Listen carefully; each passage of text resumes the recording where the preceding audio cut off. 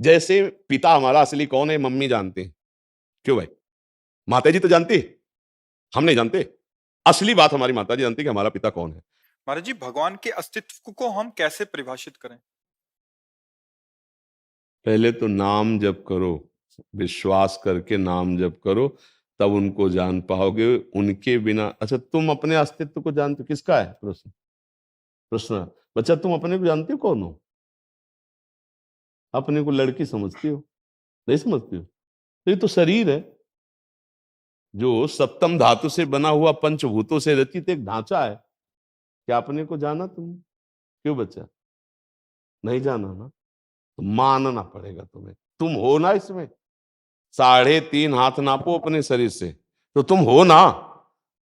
अब 18-20 वर्ष तो हो ही गए इस घर में रहते हुए। कितने साल का शरीर है?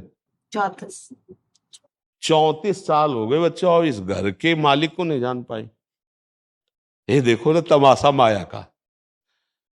34 साल हो गए, 50 साल हो गए इसमें रहते। बहुत बड़ा मकान नहीं है, 3.5 हाथ का है। अपने हाथ से नाप लो, 3.5 हाथ निकलोगे। इसके अंदर तुम हो, लेकिन तुम अब जानती हो अपने को? सही माने में नहीं जानती, अपने को नहीं जानती। अपने को नहीं जाने तो भगवान को कैसे तुम्हें प्रमाणित करें? उस अव्यक्त सत्ता को जानने के लिए पहले अपने को जानना पड़ेगा।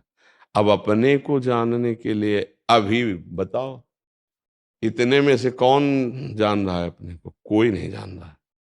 अपने को नहीं जान रहे भाई। बोले जानता क्यों नहीं? मैं शीशे में देखता हूं अपने को। ये ढांचे को देखते हो, और सबको पता है कि इस ढांचे से अलग है वो रहने वाला।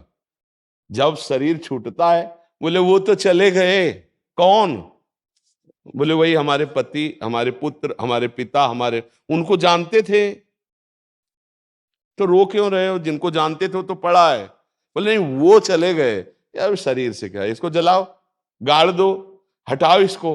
और प्यार जीवन भर उसी शरीर से किया, अपने शरीर से, दूसरे शरीर से, और जो है उसका परिचय नहीं। बोलो आपका क्या अस्तित्व है? जब अपना अस्तित्व पता नहीं तो भगवान के अस्तित्व को कैसे जानोगे? बच्चा, आई हो तो अस्तित्व ही मान के आई हो, यहां नहीं कैसे आ गई? यहां क्या मान के आई हो? मनोरंजन करने तो आई नहीं। कोई है ईश्वर, और उसका कोई जन है। चलते हैं, देखते हैं क्या है। तो क्या देख पाए? यहां किस लिए आए? यहां क्यों सर झुकाया? यहां क्यों बैठे? उसी के अस्तित्व से आए हो।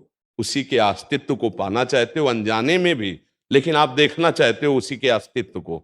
वो है, है, तुम में है, हम में है।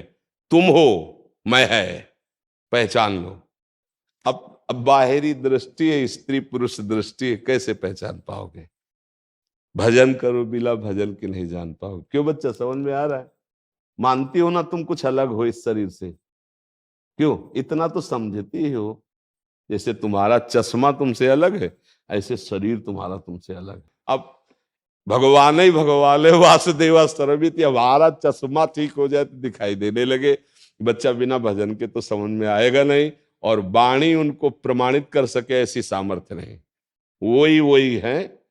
जब आप अपने को जान जाओगे तो भगवान को जान जाओगे। अगर अपने को नहीं जानोगे तो भगवान को नहीं जान सकते। जैसे पिता हमारा असली कौन है मम्मी जानते हैं। क्यों भाई? माता जी तो जानती है, हम नहीं जानते। असली बात हमारी माता जी जानती कि हमारा पिता कौन है।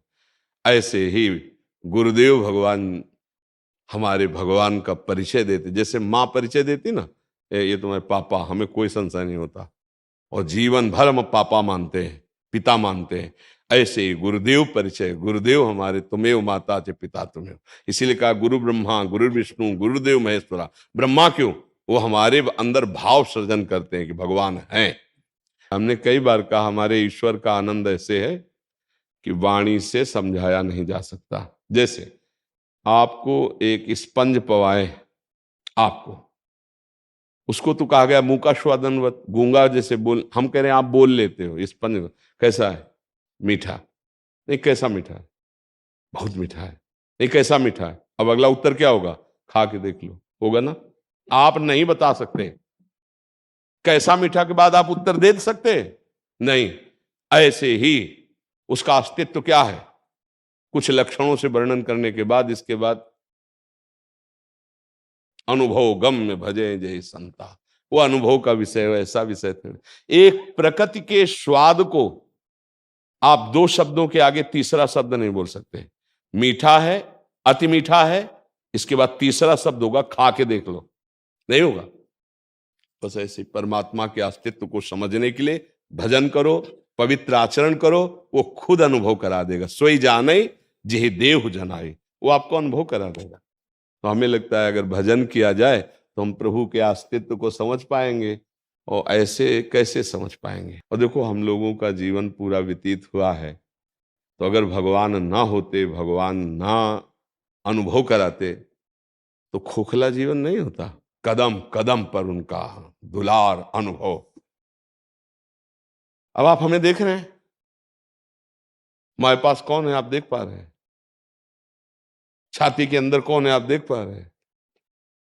ऐसे भगवान तुम्हारे अंदर है, नहीं देख पा रहे। सबके हृदय में बैठे, वेद कहता है, भगवान कहते हैं, ये भजन करो तभी समझ पाओगे, ऐसे नहीं समझ। ऐसे मिलते हैं जैसे हम आप मिल रहे हैं, ऐसे थोड़ी कि भाव में आए और मुझसे संतुष्ट हो गए। नहीं। पर जब मैं था तब हरि नहीं, अब हरि हैं मैलाएं। बहुत टेढ़ी खीर है। हाँ, जहां राम तहां काम नहीं, जहां काम तहां नहीं राम।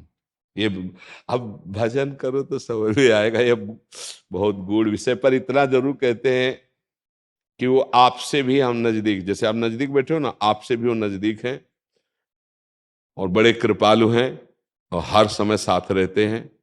दर्शन और स्पर्श और संभाषण कोई ऐसी दुर्लभ वस्तु नहीं है जो भगवान से ना हो जाए, पर उसके लिए योग्यता चाहिए, नाम जप चाहिए, पवित्रता चाहिए।